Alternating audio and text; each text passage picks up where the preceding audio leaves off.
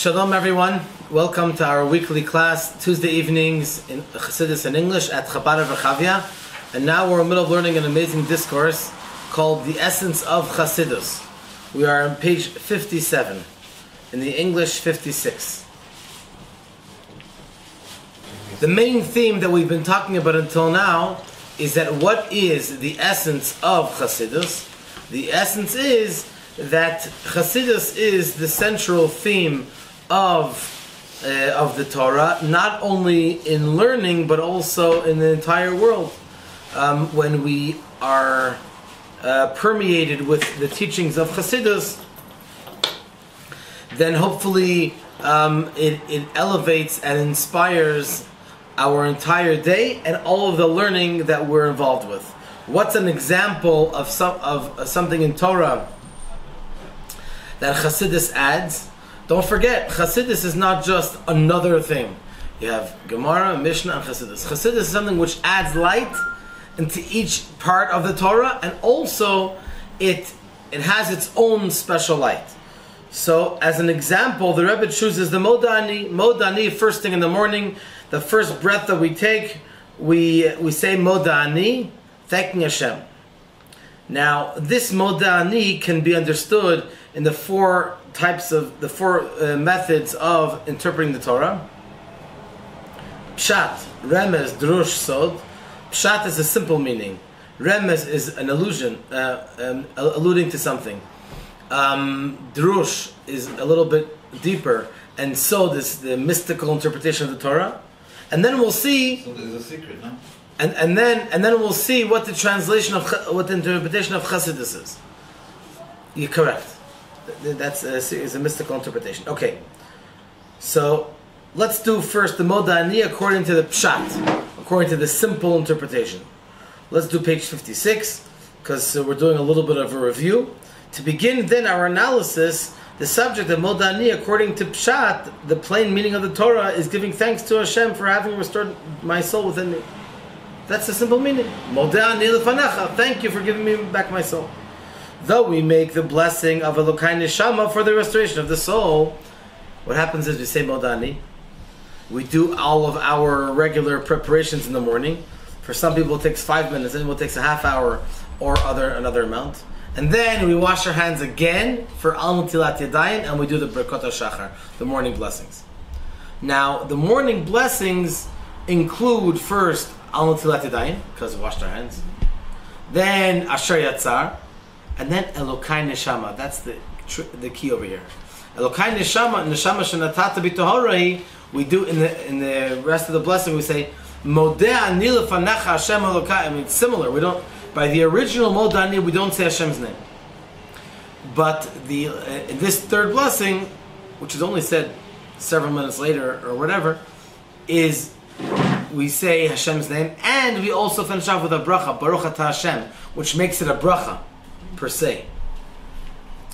So even though later we're going to say again Modeh, nevertheless it's incumbent upon us to say the Modeh in the morning. The moment that we wake up, the first second, right away we're supposed to say Modeh. So even though we make the blessing of Elokai Neshama for the restoration of the soul, it is still also necessary to say Modeh, because the obligation to give thanks for the return of the soul applies immediately upon awakening from one's sleep. For just as the blessing for the enjoyment of food is obligatory immediately when pleasure is derived, that's the mitzvah. As soon as you have the pleasure, even beforehand, right close to the pleasure, that's when you have to say the blessing. Likewise, the blessing of thanksgiving for the restoration of the soul, skip the parentheses, is obligatory immediately upon awakening from one's sleep. So, what is the importance of saying it later again? So there's an importance of saying in the beginning, as soon as you wake up, but without Hashem's name. And then there's another importance later to recite again Modeh in the bracha, which starts with Elokai Neshama. Third paragraph in English on page 56. And inasmuch as the blessing of Elokai Neshama contains mention of Hashem's name, and so cannot be said in our times before the morning washing of the hands, because it has Hashem's name, One must therefore give thanks for the restoration of the soul immediately upon awakening, at least through saying Modeh. That's the minimum.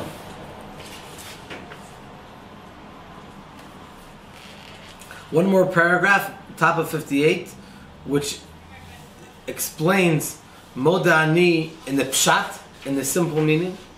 All the above will help us understand why in Talmudic time is Modeh Ani in fact was not said, and only the blessing of Elokai Neshama to the Elokai Neshama was recited.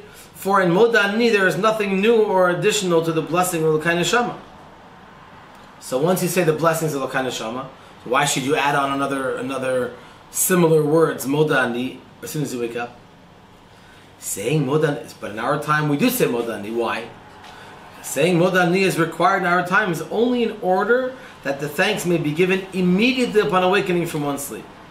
In the Talmudic era, they said Elokai Neshama immediately upon awakening from their sleep, and had therefore no need to say Modeh Ani. Being holy, they were on a higher level. The reason why we cannot say Hashem's name as soon as we wake up from our sleep is because we are impure. Sleep is 1/60th of death, and the Kabbalah says that during the sleep there's it's not a layer, it's not physical, but it's a feeling of tum'ah, of impurity, which is on top of the entire body. And when a person wakes up, Bezrat Hashem, then it only goes onto the hands. That's why we wash our hands until the wrist, which takes off that impurity. So in the times of the Talmud, they didn't have to say Modeh Ani right away. They did it later, a few minutes later, whatever, in the bracha of Elokai Neshama. But now we do need to say Modeh Ani. So in summary, Modeh Ani is a sincere appreciation to Hashem from the bottom of the heart, to express to Hashem our appreciation for waking up in the morning. Now we're going to go on to the second subject, which is remez, a hint.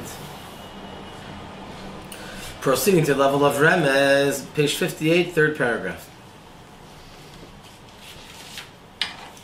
Proceeding to the level of remez, the allusion or intimated meaning, the idea of Modeh Ani is that the restoration of the soul every morning alludes to the resurrection of the dead.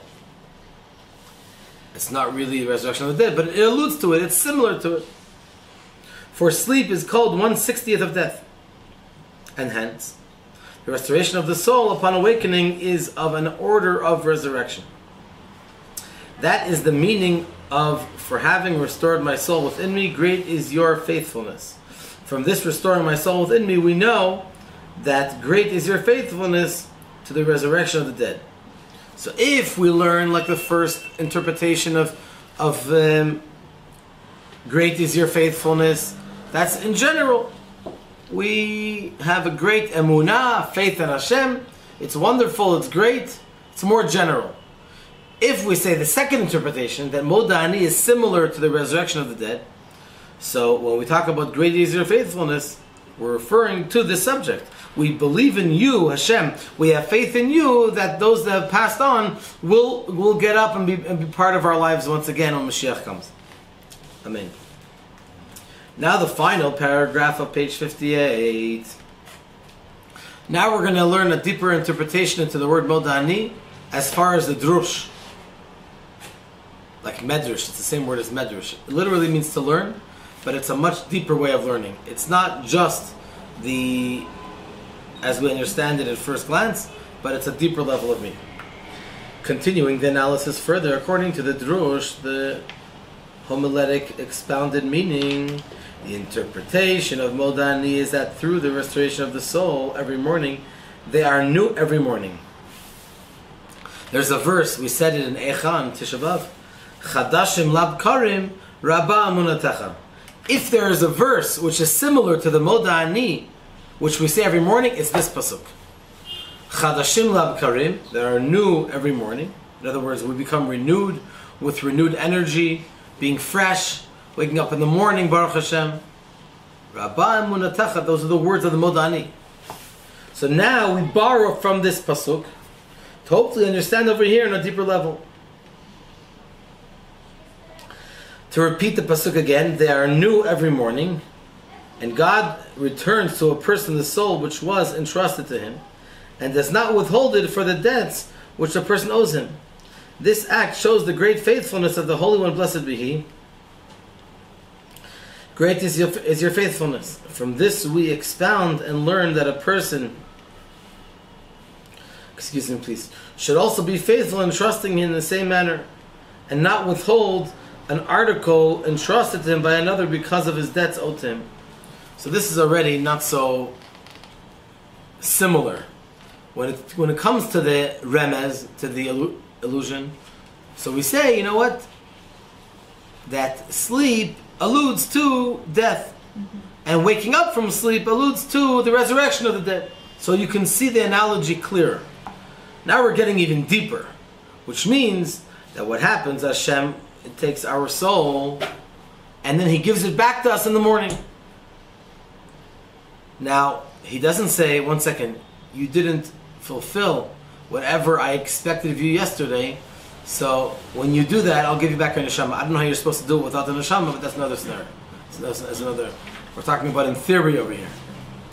So too, we are not allowed to act like that with someone else. In other words, we're not. If we have something that belongs to someone else, we're not allowed to say, "Hey, one second. First, you have to give me back everything you owe me. Then I'll give you back your object." It's not. It doesn't fit in 100% if you look from a basic perspective, from a main interpretation perspective. But if you look from a deeper perspective, if you look really deeper, you'll find that this idea of giving back, shehechazarta binishmati, that you gave back my soul, is something which is very special. Thank you so much, Hashem, that you gave. You didn't wait till I paid you back everything that I owe you, all the debts. You gave me back my neshama. Rabba munatecha, great is your faithfulness. Therefore, we should learn from you, and if we encounter such a scenario with a colleague of ours, we should also exercise our faithfulness and allow them to have them back what they have, what is really theirs originally. Now, on page 60, we finally get to the esoteric level. That's the sod, the mystical level of interpretation of the Torah.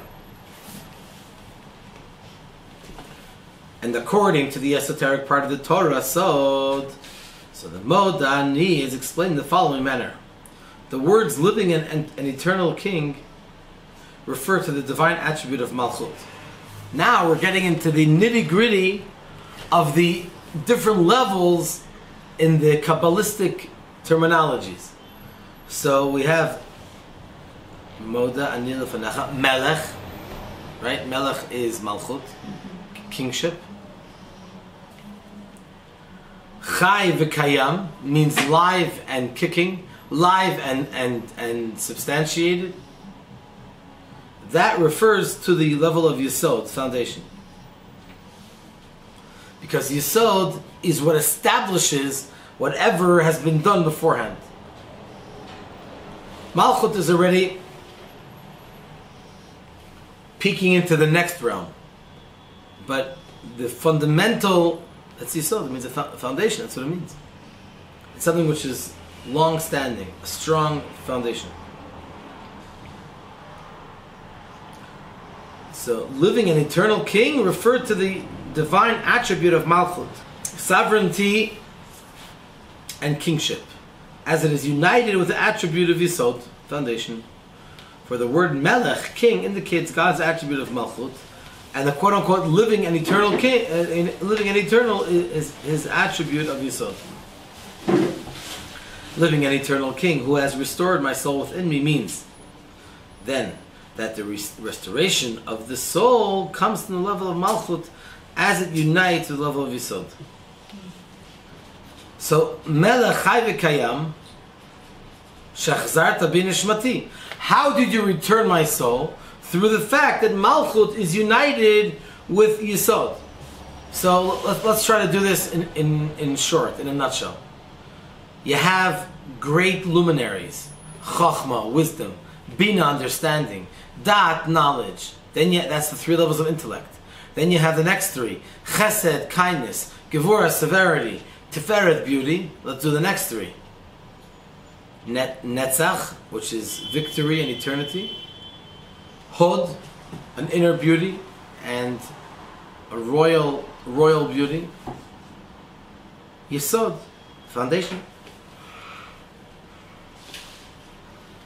Now Yesod, being the lowest level before Malchut, contains within itself all of the earlier lights, luminaries, and revelations.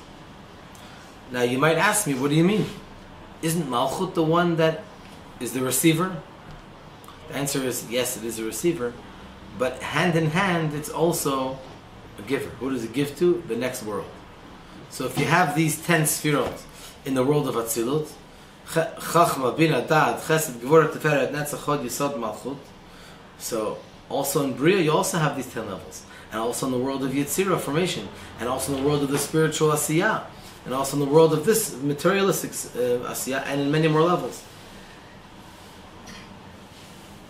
And so, if you want to take the Yesod and the Malchut, the main occupation, if you will, of Yesod is to collect within itself everything from the higher realms, higher luminaries. The Malchut also is a receiver, but its main objective is to give. Okay? Maybe we could explain it in one more way, that when we say that Malchut gives over, that's because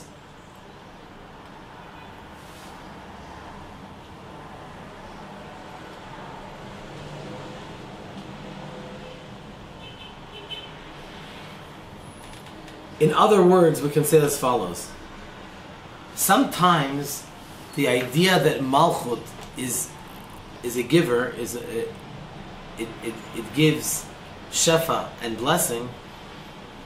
Maybe sometimes that's not, doesn't stand out. So we don't see necessarily how it's active. But sometimes it does come out, and that's the ultimate. That we should realize that Malchut is not just at the bottom of the 10, but its source is really higher. I'll give you an example. We have 2 blessings in the Sheva Brachot at marriage. We have the 6th one finishes off Baruch Atah Hashem Mesameach Chatan V'Kala, that Hashem makes a Chatan and Kala happy. Then you have at the end of the 7th bracha, we talk about Od Yishama B'Harei Yehuda, when Mashiach will come, then we'll hear in the land of Yehuda and outside of Jerusalem, Kol Sason, Kol Simcha, the sound of rejoicing, the sound of a Chatan, the sound of a Kala. Then it finishes off Baruch Atah Hashem Mesameach Chatan Im HaKala. Hashem makes the Chatan happy, not and the Kala, with the Kala. What's the difference? It sounds very similar. What's the difference? The answer is, the 6th blessing talks about regular times before Mashiach comes.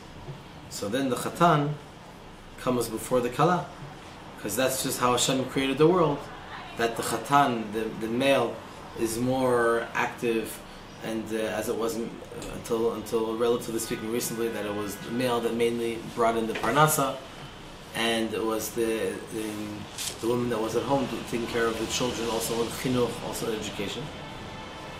But what's the difference between Mesameach Chatan V'Kala and Mesameach Chatan Im HaKala? What's the difference? So Mesameach Chatan V'Kala is today in the regular world before Mashiach comes. So you have the Chatan who usually looks out for the Kala. But then when Mashiach comes, that's the end of the blessing. Od Yishama, talk about when Mashiach comes. Then Yishama B'Harei Yehuda will be heard in the outskirts of Jerusalem. Then we're talking about the Mesameach Chatan Im HaKala. Why? Because over there we say the Kala is first, the Kala is higher. Mesameach Chatan gets sort of like dragged along with the Kala, but the woman is higher than the man. Now, that will only be revealed when Mashiach comes. Now it's also true, but we just don't see it. But really, if you look at a woman is like Malchut. So if you look at the source of the Malchut, you look at the source of the kingship, it's much higher than even the Chochmah, the source in Keter, in the crown. Most people don't recognize the source of Malchut, because Malchut is the lowest level. But really, we have to be very talented to be able to zoom in and to see the advantage of that, of even Malchut. Yes? Why will it turn around and become It's not going to turn around. It's just going to, the truth, the real truth will be revealed. That's what's going to, when Mashiach comes, there's going to be a revelation of godliness. Everything is going to be revealed. Not going to be any more secrets.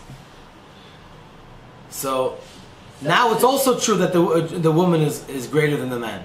But it's not always clear. According to Torah, it's the husband which is more proactive, and he searches, for example, so the woman is usually the one who does the work. He's more outside the house. The woman is the neshama. The woman takes care of the home, brings the education, brings the kashrut, brings the holiness in the home. The woman is the anchor of the home. And so it's true whether we know about it or not, whether we like it or not. But when Mashiach comes, then it's going to be revealed. That's so beautiful. Mesameach chatan im hakala. The kala is greatest. Hashem will make the chatan also dragged along with the kala. Should also be happy. But the main one is the kala. That's why I'm saying over here that the whole idea of the malchut being superior is not always so recognizable. Sometimes you need to really, really zoom in and put a large magnifying glass in order to reveal the specialty of malchut.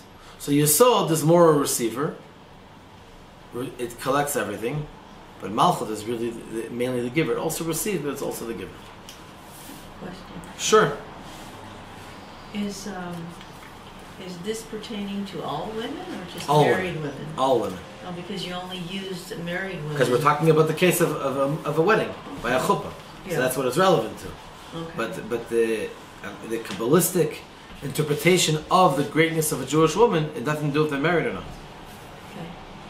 It has to do with an neshama. It's a soulful idea. Even a little baby is a child is also so great. A girl, for sure. All females. For sure. Okay, so now, up until now, we learned, it was like a quick review about the 4 interpretations of the Modeh. Now, we're going to learn the teaching, the explanation of Modeh according to Chassidus. And this is fascinating. Here you'll see how beautiful and meaningful, and excuse me for saying this, how different it is than the other interpretations. It's not that the other interpretations are bad, God forbid. It's just that they're nice, they're cute, they're wonderful, but I don't want to in any way chas v'shalom put anything down. It's the Torah, but you look at the Chasidic interpretations, it goes way higher than everything else. Okay, let's do the Hebrew on page 61. The new chapter 11. The explanation according to the 4 portions of simple pshat and remez dushasod, nefesh, ruach, neshama chaya, soul, spirit, soul, life, Shabbat Torah, mevarin yanim pratiyim be'erech haklal gadol shebazeh b'ydod Modeh. And so this is only regarding the first 4 levels of pshat, remez, drush, and sod. So, just to remind you of a great statement that we learned several weeks ago, in an earlier part of this discourse, that you have really 5 levels of the neshama, not 4. You have nefesh, ruach, neshama, chai, and yechida. Yechida is the highest. Yechida is it's unified with Hashem. So some will say that yechida is number 5. But really, yechida is incomparable to the other 4. So it's hard to say 1, 2, 3, 5, 1, 2, 3, 4, 500. And it's even harder to say 1, 2, 3, 4, 5 million or 5 trillion. Because, whoa, that's a big difference. But because it's another level, we consider it as if it's number 5. But really, Yechida is way deeper, incomparably deeper than the first 4 levels. And so Chassidus is like the Yechida. That's the interpretation which in a sense surpasses all of the basic interpretations. Excuse me. In other words, we just learned that all of the other interpretations explain a detail in the general picture of Modeh. Each one talks about it. One focuses on the Melech, Malchut. Another one focuses on the Emunatecha. Another one focuses on Shechazarta B'Nishmasi, that gave back the Neshama, similar to revival of the dead when Mashiach will come. Each one main focus on another word. But soon we're going to see the beautiful interpretation of the Chasidus, how Yechida shines forth and is the ultimate interpretation. Bottom paragraph of 61. What is the explanation according to the Chasidus on this small paragraph of Modeh? Who? The beginning of a person's daily order is with saying the words Modeh, which we say it before the washing of the hands. Afilu biyadayim tmeis, even with impure hands. Why?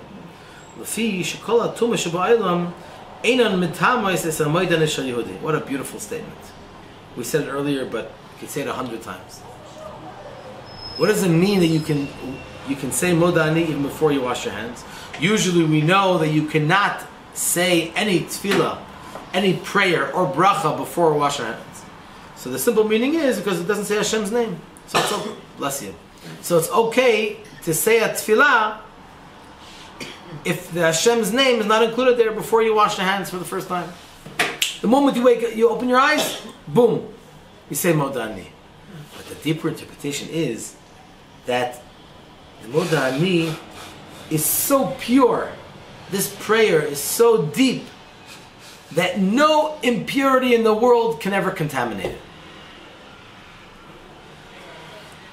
In other words, Chasidus looks at this sentence, Modeh, and says, let's see how amazing it is. It's not just a statement, by the way, I can't say it later, I want to say it now. All these things are technical. Let's look at the neshama, at the quality, at the essence of the Modeh. The essence of the Modeh is pure. What is the person that was just saying? Thank you, Hashem, from the bottom of my heart, for waking me up, giving me back my neshama. אפשר שיהיה חסר בעניין זה או בעניין אחר, אבל המודע שלו נשאר תמיד בשלמות. A person can be missing in one way or another, incomplete. We're human beings, it's possible.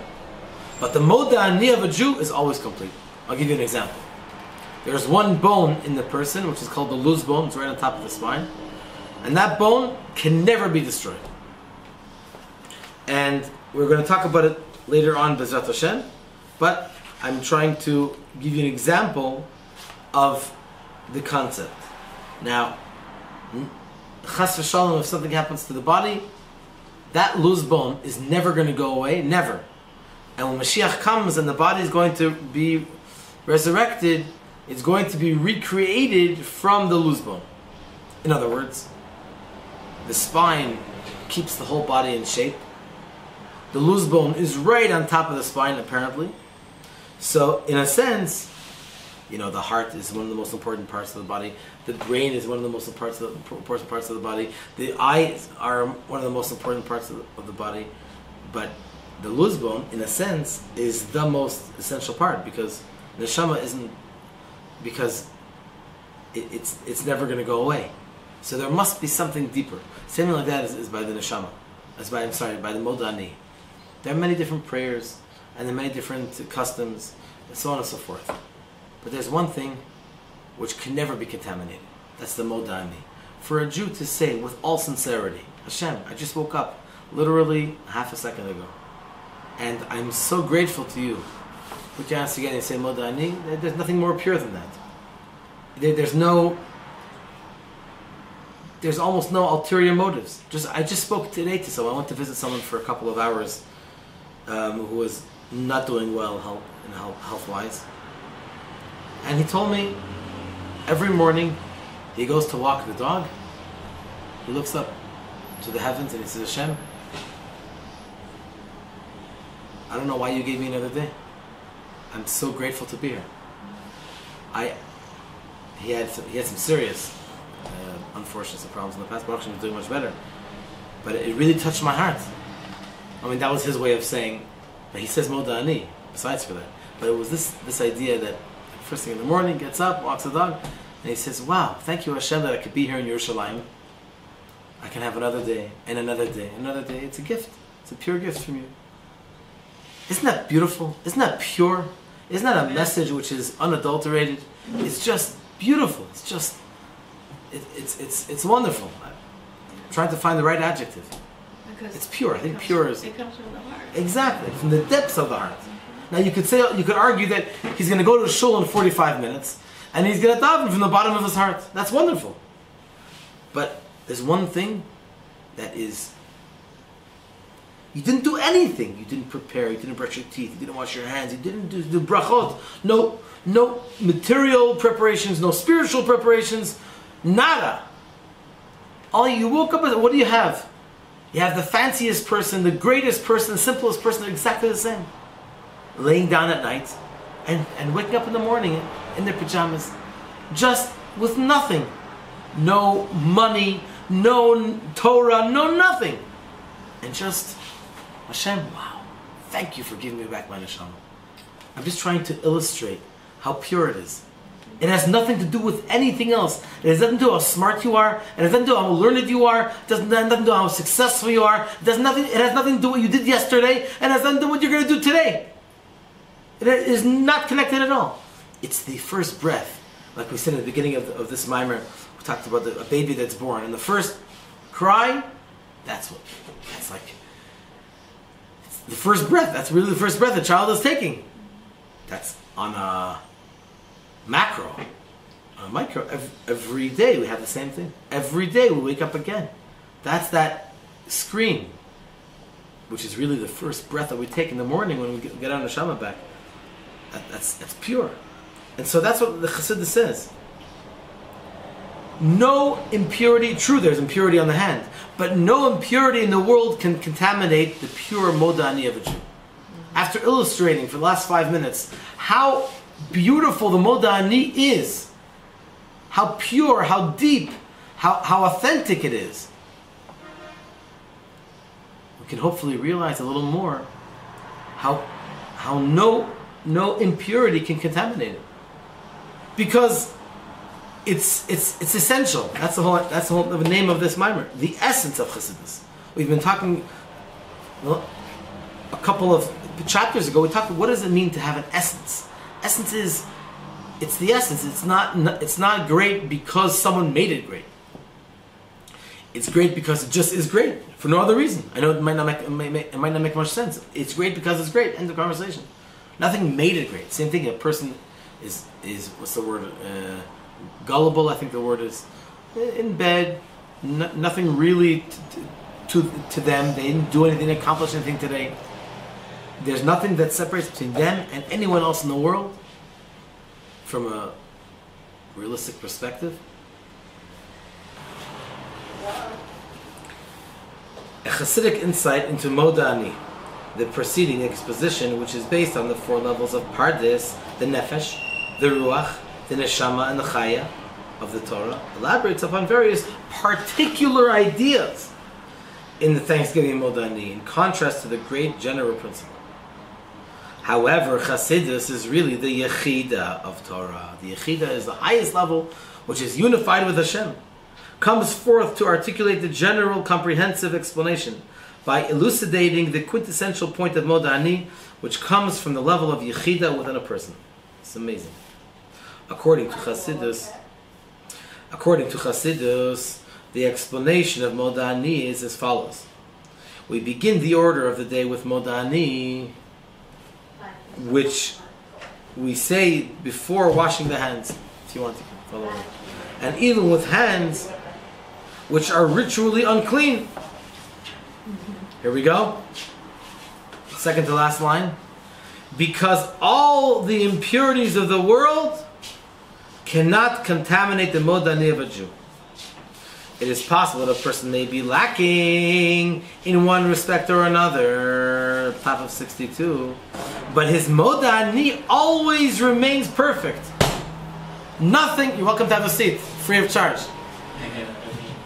It's such a beautiful, pure concept which makes everyone the same, that we all equally have this connection to Hashem. Now, in 5 minutes, each one is going to have a different connection. One person is going to start learning Torah. I don't know. Each person is going to have a different... But in that moment, when the neshama comes back into our bodies, we're all the same. And then the Hebrew on page 63. This concept is specifically when it comes to Yechida. In the first 4 levels of Nefesh, Ruach, Neshama, and Chaya, Shaykh Inyan Abgam, Ogam Tuma. It could be a person making a mistake. It could have some blemish. There can also be some kind of impurity, God forbid, that can overtake the other levels of the Neshama, because they're not so great. So it's easier to subdue them. It's easier to contaminate them. I'm not sure what the exact word is. Aval mitzada yechida shel neshama. However, when we talk about the yechida, the highest level of the neshama, shemiyuchedet tamid ba'atzmuto yitbarach, which is always unified with the essence of Hashem. Ein shayach kol pagam v'tumah chas v'shalom v'nish tamid b'shlemuto. It's not possible to have any blemish or impurity, God forbid, and it's always complete. Nothing can ruin it. This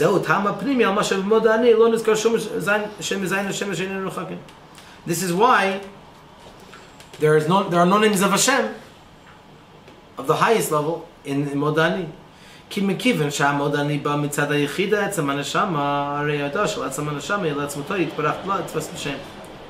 the simple meaning why the name of Hashem does not appear in Modani is because we're not allowed to say Hashem's name. Later, in a half hour after you wash your hands, then you say Elokai Neshama, and then it says Modani Lefanach Hashem Elokai Elokai Ribon Kol Maasim, and then Kol Neshamot, etc., and then Hashem's name. But in the beginning, before as soon as you wake up, you didn't wash Negelvasser, you didn't wash your hands, so you can't say Hashem's name. But on a deeper level, you ready for this? This is very, very deep. You have to put on your thinking caps. Here it comes. Here comes the fastball. Hashem's names, quote unquote, are only names. But the essence of Hashem cannot be identified now with any name. We can talk about this for hours and days. Don't worry. Finishing the Schneerson. But let's say, for example, a person.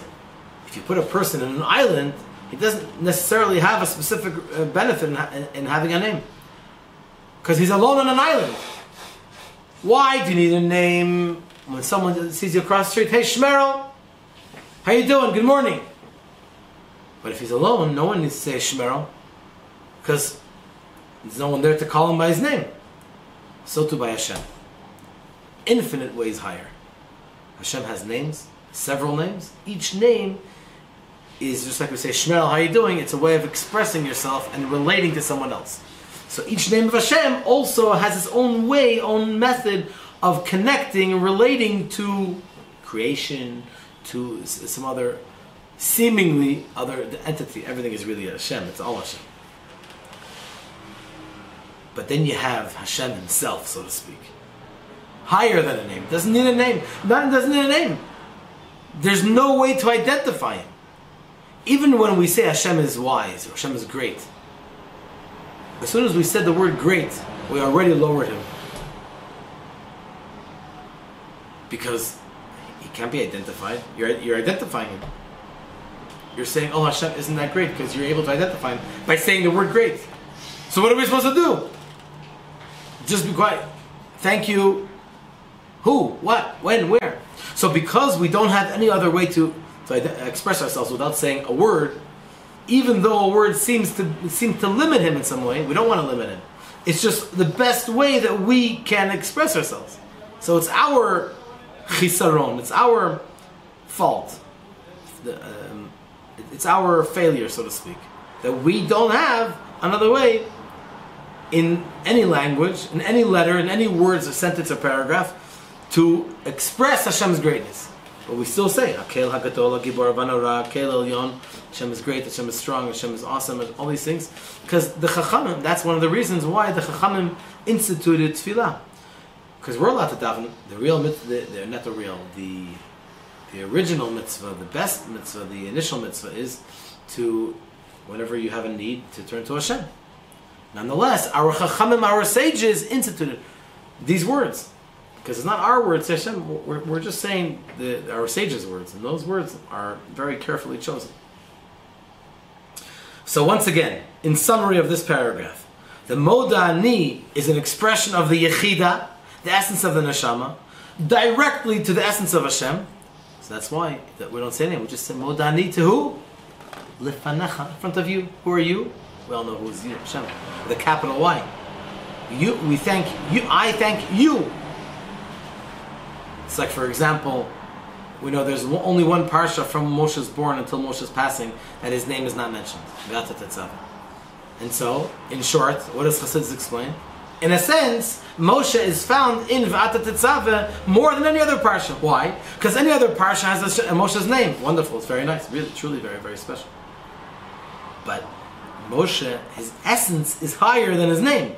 And what's the first word of the parsha? Ve'ata, and you. Tetzaveh, you should command Am Yisrael to bring the oil for the menorah to be lit in the Beis HaMikdash. So when you say you, it's higher than any other name. Even the name Moshe. I'm just bringing another example of where the essence is far deeper than a name which is only an expression to others of a person's being, in our case Hashem's being. V'lachein, bottom paragraph, Ne'amar b'Chasidus, bir zeh b'Chasidus dafka. Therefore, this fascinating explanation of what Modeh is, that it comes from the essence of a Jew, doesn't say it in the Pshat, doesn't say it in the Remez, doesn't say it in the Drushim, it doesn't say it in the mystical, esoteric explanation of the Torah. It says it in Chasidus, because that's what Chasidus is. Chasidus is the part of the Torah, the part of the world, which is the quintessential existence. There's nothing that makes it happen. He's not there because of something. He's there because he's there, because he's there. The other parts of the Torah do not explain the main parts. Top of 65, Yitirami is even more than that. But Zohar, and the Zohar is part of the Sod, part of the mystical interpretation of the Torah. Asher Moneh u'mefaret et hamadregot shebaneshama nefesh roch neshama u'neshama l'neshama. The Zohar talks about the first 4 levels of the neshama. U'b'chinet ha'yechida einan inet. The highest level of unification is not mentioned. Ki nichlelati b'neshama l'neshama b'chinet chaya. Because it's included in the level of chaya, which is the 4th level. Aval b'Chasidus, however, Chasidus, which is Yechida Shabbat, the essence of the Torah, which is unified with Hashem, mevuaru b'arucha inyan shel Yechida. It's explained at great length the concept of Yechida. Umekivan, last paragraph. Umekivan shayechida hi b'chinet etzem haneshama she'imena nimshachet dalta b'chinet nefesh neshama chaya. Since the Yechida of the neshama is the essence of the neshama, the essence of the soul, and the other 4 levels come from it. It's not like a 1, 2, 3, 4, 5. There's the 5 that's the highest level. And the other 4 come from it. Harei habir shebachasidus hamavarus hanukuda ha'atzmis d'maydani haba m'chinas ha'yechida mechayeh umavhir gam et daled beirim anal shebepshat ha'metush ha'torah hamavarus separat d'maydani d'dalan. This is like a total bomb. If you think what I told you till now is the bomb, the biggest bomb is coming in the next part. What did we just say? We just said that Chasidus is the essence of the Torah, and therefore it enlightens us in the most meaningful way of understanding the Torah. That's fine. Later on, we're going to see how Chasidus adds to Pshat, how Chasidus adds to the Remez. The Remez was, for example, that waking up alludes to the resurrection of the dead, and to the drash, which is the deeper learning of someone giving back something else and not waiting for the guy to pay him back, just give him back what belongs to him. And finally Sod, which has to do with the Malchut, the Melech, and the Yesod, and the unification between them. Chassidus, soon we're going to see that this amazing interpretation of Chassidus is not only unique in and of itself, but it also adds to the other 4. That is so beautiful. And then we'll see how the whole puzzle comes together. Let's just do the English. Let's zoom through it to 63. And this perfection and pure, the second paragraph from the top. I'm sorry, 62. And this perfection and purity are due solely to the Yechida, the four categories of Naranach, which is an abbreviation for Nefesh, Ruach, Neshama, Chaya, allow for imperfections and even impurities. But in the Yechida of the soul, which is constantly united with the essence of Hashem, there is no connection to or possibility whatsoever for defects and impurities, God forbid. It always remains perfect and whole. This is the inner reason why Modeh has no mention of any of the 7 names of Hashem, which is not allowed to be erased or destroyed. Because Modeh comes from the level of Yechida, which is the essence of the soul. And the thanksgiving expressed by the essence of the soul is directed to the essence of Hashem, which is not contained in any name. Therefore Hashem's name, even the highest names, are not mentioned. Because Dafka, specifically because a name can indicate some kind of expression to the outside as opposed to the essence, so we don't mention it. Last paragraph of 62. Therefore, this explanation is given only in Chassidus. For since the 4 parts of the Pardes comprise only the Naranach of the Torah, the first 4 types of interpretations, they do not explain and elaborate upon the idea of Yechida. Therefore, it's only Chassidus. We find, moreover, in the Zohar, through the esoteric aspect of Sod of the Torah, that in the enumeration and the detailing of the levels of the soul, Nefesh, Ruach, Neshama, and Neshama of Neshama, which is Chaya, the category Yechid is not even listed. It's not even listed. It is included instead in the category of Neshama or of Neshama, which is the level of Chaya. So it's alluded to, but it's not mentioned. In Chassidus, however, which is the Yechid of the Torah, the subject of Yechid is expounded upon at great length. Final paragraph for tonight. And since the Yechida is the category of the essence of the soul, from which the other 4 levels of Naranach are drawn, the explanation of Chassidus, which elucidates the quintessential point of Modeh that comes from the level of Yechida, thus also invigorates and sharply illuminates the 4 interpretations of Pardes discussed above, which themselves elaborate on the specifics of Modeh, as will now be explained. It's going to be explained that Chassidus adds to each one of the 4 levels above. Thank you so much for joining us. Bezrat Hashem will continue.